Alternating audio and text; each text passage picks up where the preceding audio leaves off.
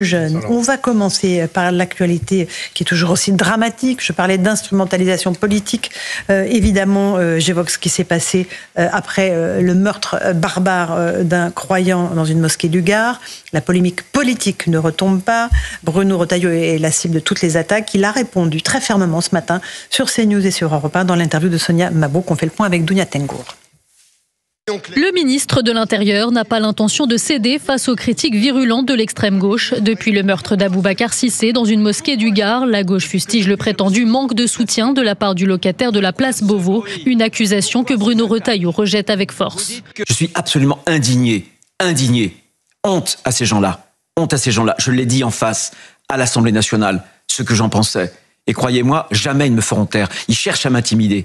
Cette conférence de presse, à quelques heures des questions d'actualité à l'Assemblée nationale, n'avait d'autres objets aussi, de m'attaquer à nouveau, de m'agresser. Et je tiendrai debout. Pour le ministre, les attaques dont il fait l'objet de la part de la France insoumise répondent également à une stratégie électorale. Bruno Retailleau répond directement à Jean-Luc Mélenchon. Jean-Luc Mélenchon, d'abord qu'il me désigne nommément que les insoumis m'attaquent, j'en fais plutôt un titre de gloire, vous voyez. Ce qu'il cherche, lui, c'est à ramasser, à picorer quelques voix dans l'électorat musulman. Ces gens-là veulent fracturer la société française. Ils abîment la France par ce communautarisme-là. Contrairement à ce qui a été affirmé par certains élus de gauche, le ministre de l'Intérieur n'a pas refusé de rencontrer la famille d'Aboubacar Cissé. Il s'est dit disposé à les rencontrer dans les jours à venir. Gauthier Lebret, est-ce que Bruno Retailleau a réussi sa contre-attaque ? Oui, je pense qu'il a déjà été assez performant hier à l'Assemblée nationale et il en a remis une couche ce matin chez Sonia Mabrouk parce que tout est permis en fait. Tout est permis. On est au summum de l'instrumentalisation. Il y a donc eu cette marche contre la dite islamophobie, mot jadis condamné par Jean-Luc Mélenchon. Je renvoie à la très bonne une de Charlie Hebdo cette semaine. On appelle à la formation de brigades. On chasse un député de ce rassemblement parce qu'il est juif, Jérôme Guedj. Et ensuite, on ment. On en est au mensonge, à la calomnie. Marine Tondelier, hier, dans cette conférence de presse organisée à la fois avec la famille de la victime et avec Madame Traoré, j'ai toujours pas compris pourquoi elle était là, si ce n'est pour instrumentaliser un petit peu plus ce qui s'est passé. On calomnie le ministre de l'Intérieur en disant il a fermé sa porte à la famille de la victime. Ça veut dire il n'a aucun cœur, il s'en fiche. Et déjà, on disait depuis 48 heures qu'il ne s'est pas rendu rapidement sur place et qu'il a laissé un délai de 48 heures parce que c'était une mosquée et il aurait été beaucoup plus vite sur place si ça avait été une synagogue ou une église. Donc, ce qu'on cherche à dire, c'est que... le ministre de l'Intérieur. Mais évidemment, mais ce qu'on cherche à dire, c'est que Bruno Retailleau ne traite pas les musulmans comme il traite les juifs ou les chrétiens. Donc, tout ça, c'est de la calomnie. Alors, en plus, c'est dangereux parce que vous mettez une cible dans le dos au ministre de l'Intérieur. Et j'ajoute qu'hier, s'il y a eu une minute de silence à l'Assemblée nationale, c'est parce qu'ils ont mis aussi une cible dans le dos à Yael Braun-Pivet. Après l'avoir traité pendant 3 heures d'islamophobe sur les réseaux sociaux, la présidente cède.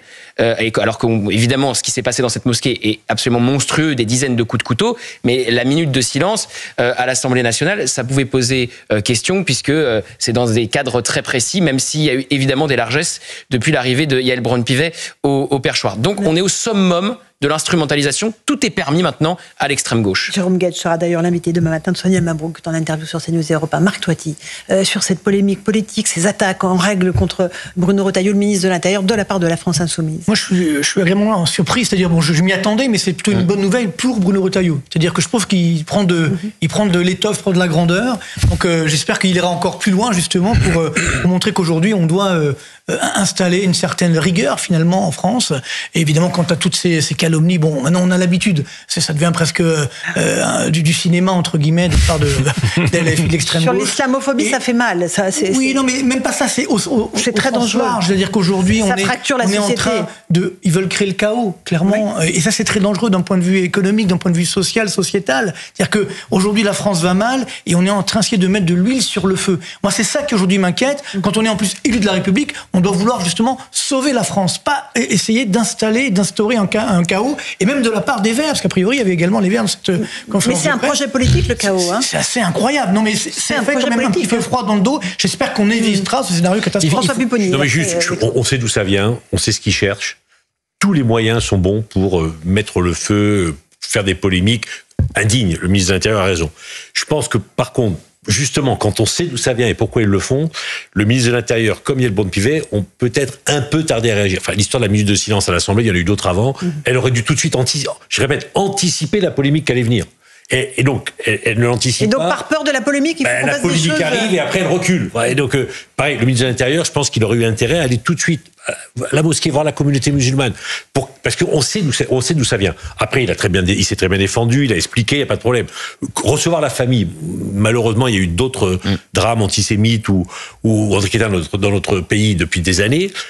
Jamais le président de la République ou le Premier ministre ou le ministre n'ont reçu immédiatement les familles. Ça s'est fait petit à petit, ça s'organise, il faut savoir avec qui. Voilà. Donc là, la polémique, on savait qu'elle allait venir. Il aurait fallu peut-être l'anticiper parce qu'effectivement, c'est honteux ce qu'ils font. Et je prends ce qui va se passer demain le 1er mai. Ils font manifester les familles, ils vont exploiter tout ça avec toute la communauté. Et le discours, c'est quoi ? La France est islamophobe, elle est raciste, elle est négrophobe. Et donc, voilà, et puis, on nous tue. Bien sûr, c'est la grande rengaine. Geoffroy Lejeune, et on écoutera Aminé El Khatmi après. Pardon, mon cher François, mais je pense que moi, j'en veux beaucoup plus à ceux qui créent les polémiques. Oui, mais on est d'accord. Il n'y a pas d'ambiguïté là-dessus. Bien sûr.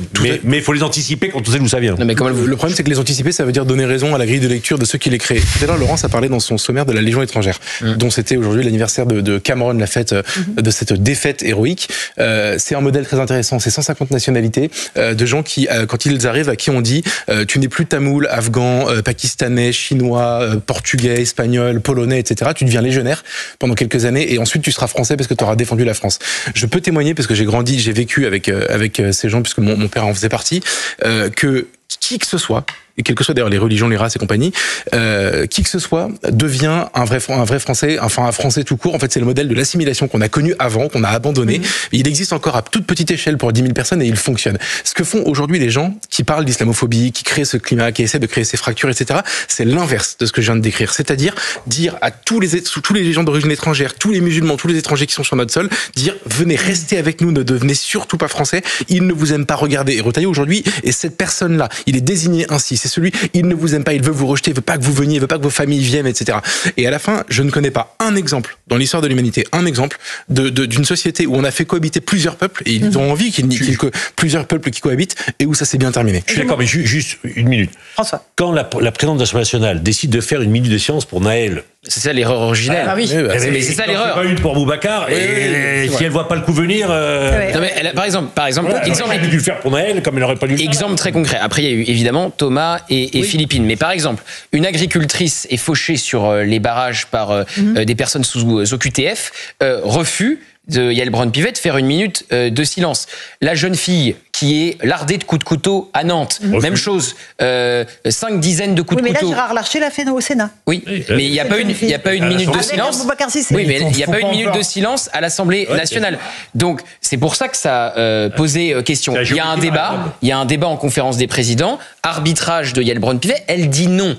Et pourquoi elle cède ? Parce qu'elle se fait taxer d'islamophobe par la France Insoumise, les écologistes sur les réseaux sociaux, et on sait comme c'est une cible dans le dos. Donc, elle ne pouvait pas anticiper le débat. Elle avait répondu au débat non. Après, elle pouvait évidemment anticiper qu'elle allait se faire attaquer, mais elle décide de céder aux attaques. Et sur Bruno Retailleau, vous disiez vendredi, on savait. Vendredi, on savait pas. On pensait que c'était un règlement de compte entre deux croyants.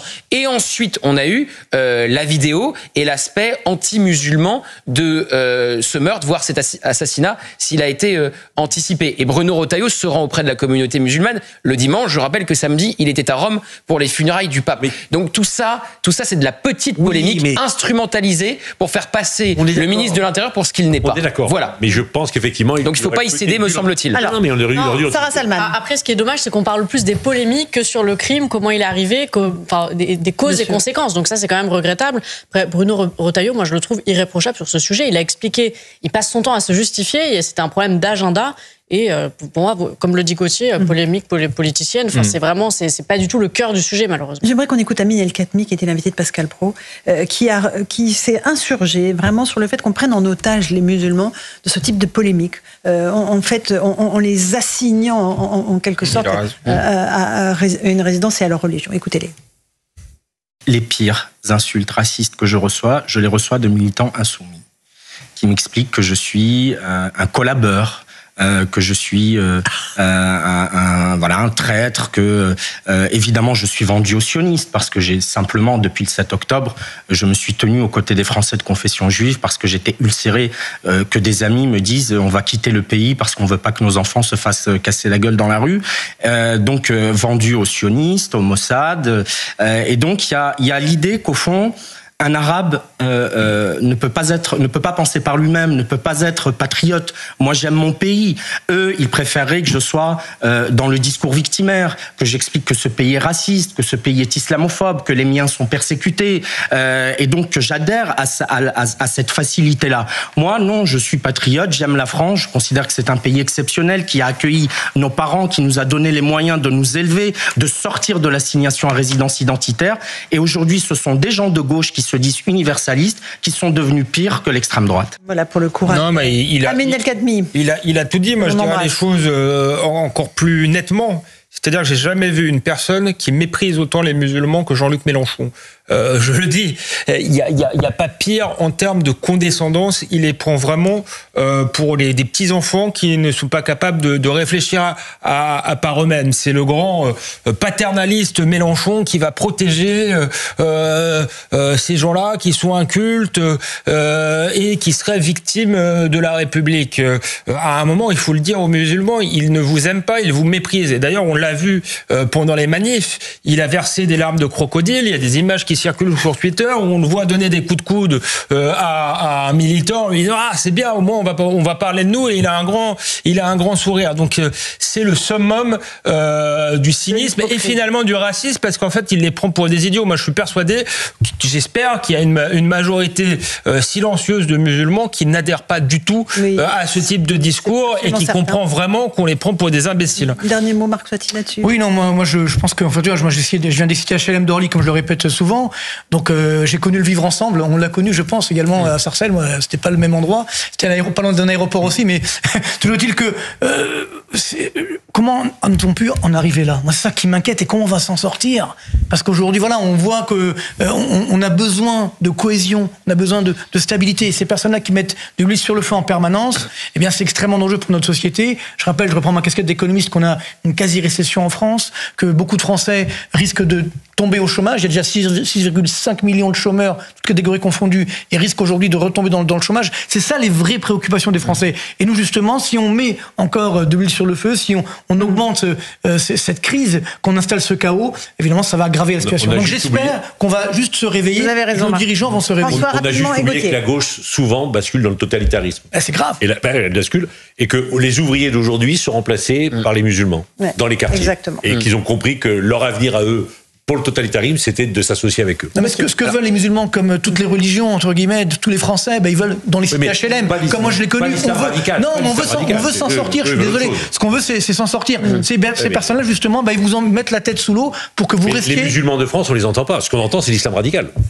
Et certains, justement, qui font croire qu'ils les soutiennent. C'est pas du tout le cas, évidemment. On peut formuler toutes les critiques contre Jean-Luc Mélenchon. Reste qu'il a une stratégie hyper claire. Il parle très simplement. Donc tout le monde comprend ce qu'il dit, tout le monde comprend le programme, tout le monde comprend ce qu'il propose. Pas le cas du PS, pas le cas des écologistes qui parlent plus il a du talent, ça c'est sûr. Voilà. Et je rappelle quand même, parce que il y a quand même une part de la communauté musulmane qui pense réellement que la France insoumise est une barrière contre la dite islamophobie, puisque 60% des électeurs musulmans, donc de ceux qui sont allés aux urnes, ont fait le choix de Jean-Luc Mélenchon à la dernière présidentielle. Je rappelle aussi que Jean-Luc Mélenchon, c'est 22%, quand Anne Hidalgo, c'est 1,7%. Donc, on verra combien d'électeurs il perd en chemin, parce qu'il en gagne, ça c'est sûr, combien il en perd avec sa stratégie ultra radicale, mais c'est pas dit que le pari soit si perdant que cela pour lui. Au contraire. Ça c'est sûr.